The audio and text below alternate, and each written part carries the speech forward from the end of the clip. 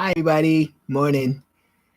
It's the last day of the week, and I'm here with the last reading of the week from Pam Grout's book, A Course in Miracles Experiment.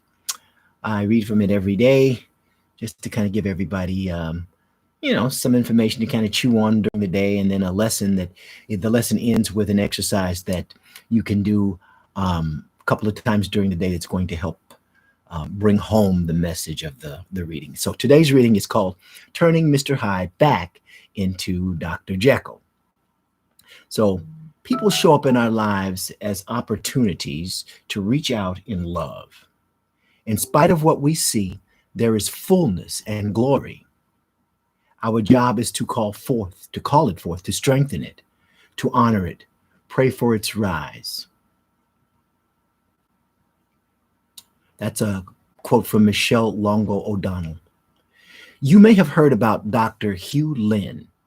He's a former psychologist assigned to the special ward at the Hawaii State Hospital, a notorious clinic for the criminally insane. Oh, I even lost now. It was so bad that Hugh Lynn's predecessors left in despair, often in less than a month, after making zero inroads in the lives of seriously disturbed murderers, rapists, and the type of dates you hope not to encounter on, say, Tinder or Match.com. Well, Hugh Lynn was different. He rarely left his office.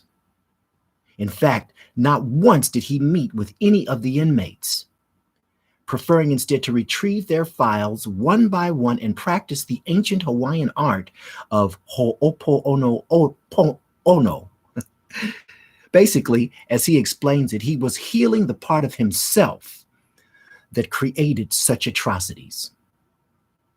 It's pointless, he said, trying to heal others. All he can do is heal himself. Little by little, nurses started noticing changes in the inmates. Inmates required less shackling. They required less drugs. Somebody began tending the gardens, repairing the tennis courts. The atmosphere changed so much that the prisoners, one by one, were eventually released. After 4 years, Hawaii's clinic for the mentally insane was shuttered forever. Although Lesson 78, which is titled Let Miracles Replace All Grievances, doesn't actually prescribe ho'oponopono, it reflects Hugh Lynn's belief that anything that happens to me is my responsibility. Anything I perceive, any person I don't like is my creation, and thus my responsibility. 100%, no exceptions. It sounds crazy, but it worked for Hugh Lynn, and it's the only thing that can ever heal my life.